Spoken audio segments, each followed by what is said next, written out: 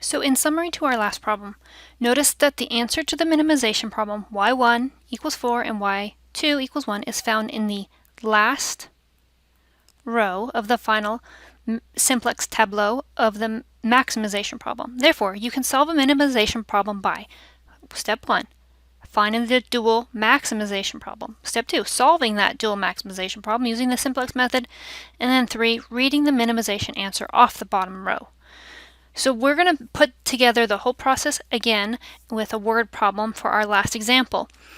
So suppose a dog breeder needs 6 units per day of nutrient A and needs at least 3 units of nutrient B for her golden retrievers, and that breeder can choose from 2 different feeds, feed 1 and feed 2. Find the minimum costs for the breeder if each bag of feed 1 costs $3 and provides 1 unit of nutrient A and 2 units of nutrient B, while each bag of feed 2 costs $2 and provides 3 units of nutrient A and 1 unit of nutrient B. So it says find the minimum cost, so this is a minimum cost problem. And the two things that we get to purchase as breeders are the number of bags of feed A and the number of bags of feed B. So that is going to be my variables.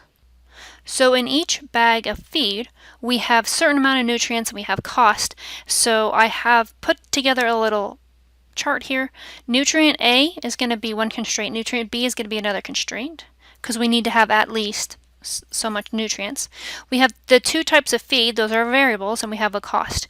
So we're going to go through this, and every time I see nutrient A, I'm going to highlight that in one color, nutrient B in another color, and cost in another color. So I'm going to reread this again. Suppose a dog breeder needs at least 6 units of A, so we're going to say units of A is going to be blue, and at least 3 units of nutrient B. Nutrient B will be in yellow. And that the breeder can choose between 2 feeds, feed 1 and feed 2. Find the minimum cost for the breeder if each bag of feed 1 costs, okay, so cost is going to be another color, so feed 1 costs $3, and it provides 1 unit of nutrient A, so that's blue, and 2 units of B, and that's going to be yellow. While each bag of feed 2 costs $2, so that's going to be in pink, and provides 3 units of nutrient A, that's going to be in blue, and 1 unit of nutrient B. So now I'm going to go back and rewrite the problems. In blue, for nutrient A, I have to have at least 6 units, so that's greater than or equal to 6, because I can have 6 or more, right? I also know that feed 1 gets me 1 y1, because our variables are y, and feed 2 gives me 3 units of nutrient A, so that's 3y2 for nutrient A. For nutrient B, in the yellow, I have to have at least 3 units, so that's greater than or equal to 3. I know that feed 1 gives me 2 units of nutrient 1, so that's 2y1. And feed 2 gives me 1 nutrient of nutrient B, so I'm going to add that from feed 2. And then the cost in pink, feed 1 costs $3, so that's 3y1. And feed 2 costs $2, so that's 2y1. So the minimization, that's going to be W, equals 3y1 plus 2y2. I'm going to be subject to the two constraints. The blue constraint, that's 1y1 plus 3y2 is greater than or equal to 6. And then the yellow constraint, that was 2y1 plus 1y2 is greater than or equal to 3, with the condition that y1 and y2 have to be greater than or equal to 0. So the next thing I need to do is find the dual maximization problem. So I'm going to put my values in an augmented matrix. My constraints in blue, I have 1, 1, 3, 6. In the yellow, I have 2, 1, and 3. And then I'm going to put my objective function in the bottom. Note, right now I'm not going to be doing the opposite because I don't have my z in there yet. I just need to put the values in. So this is A. If I find the transpose is going to help me get the maximization problem. So my row 1, 1, 3, 6 now becomes my column 1, 3, 6. My row 2 becomes my column 2, 1, 3. And my row 3 becomes my column 3, 3, 2, 0. Now I can rewrite this as a max problem. I'm maximizing z equals 6x1 plus 3x2. Remember the a was y1, y2, but a transpose turns into x1, x2. And then my constraints are going to be 1x1 plus 2x2 is less than or equal to 3, and then 3x1 plus 1x2 is less than or equal to 2. Notice that when you turn it into a max problem, it's less than or equal to instead of greater than or equal to. We also have the conditions that x1 and x2 have to be greater than or equal to 0. So now I'm going to add my slack variable. So I have 1x1 plus 2x2 plus slack 1 is equal to 3. 3x1 plus 1x2 plus my slack 2 is equal to 2.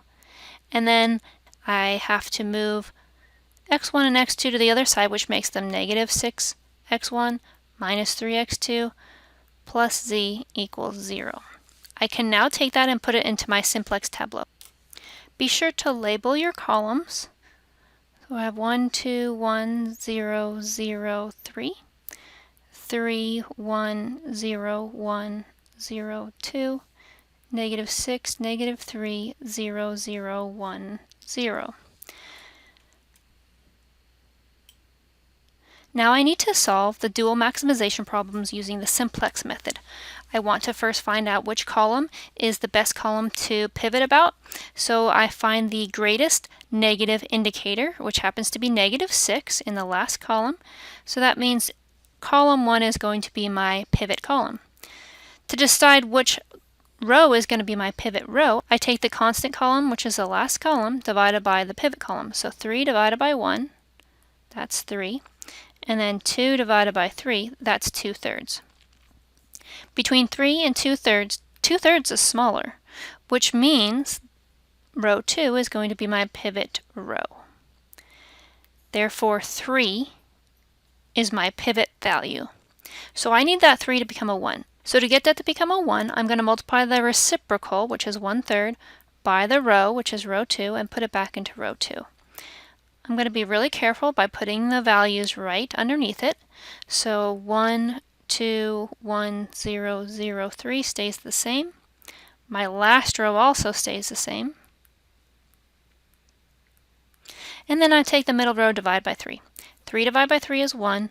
1 divided by 3 is 1/3. 0 divided by 3 is 0. 1 divided by 3 is 1/3. 0 divided by 3 is 0, and 2 divided by 3 is 2/3. So I've successfully got the 1 where I wanted. Now I need to get zeros above and below that 1.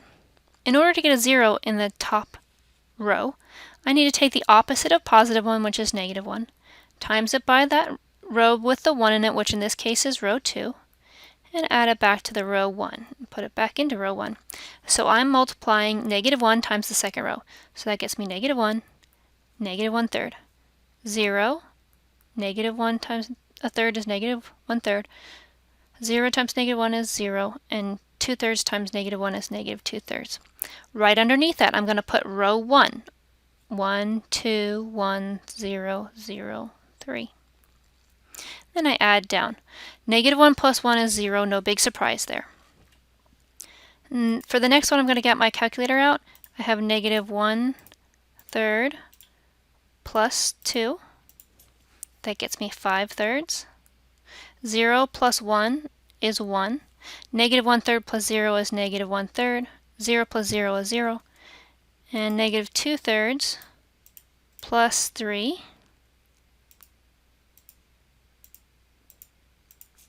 is equal to 7/3. So I'm going to put that in my first row. So 0, 5/3, 1, negative 1/3, 0, and 7/3.